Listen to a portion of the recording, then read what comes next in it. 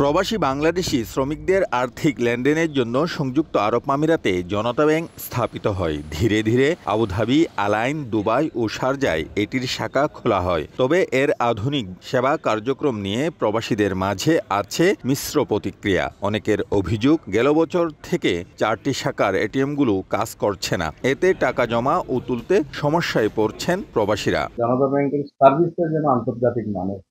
যত ইজিতে রেমিটেন্স পাঠাতে পারবো আমরা তত বেশি রেমিটেন্স যাবে।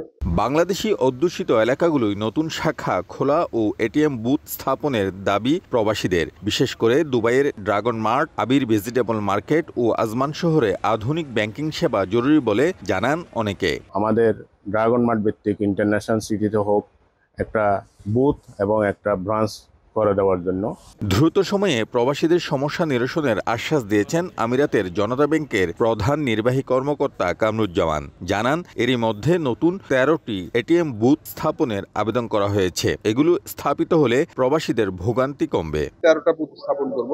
এক্সিস্টিং যেগুলো অকার্যকর হয়েছে সেগুলো ইতিমধ্যেই রিফ্রেশ করে নতুন মেশিন দেওয়া হবে এবং নতুন আরো 5টা আউটলেটে আমরা পটেনশিয়াল পজিশনে আরো 5টা নতুন আউটলেট সৃষ্টির জন্য আমরা কাজ করছি। প্রবাসীরা মনে করেন, আমিরাতে জনতা ব্যাংকের শাখা বাড়ানো, নতুন এটিএম বুথ স্থাপিত হলে বাংলাদেশে রেমিটেন্স প্রবাহ আরও বাড়বে।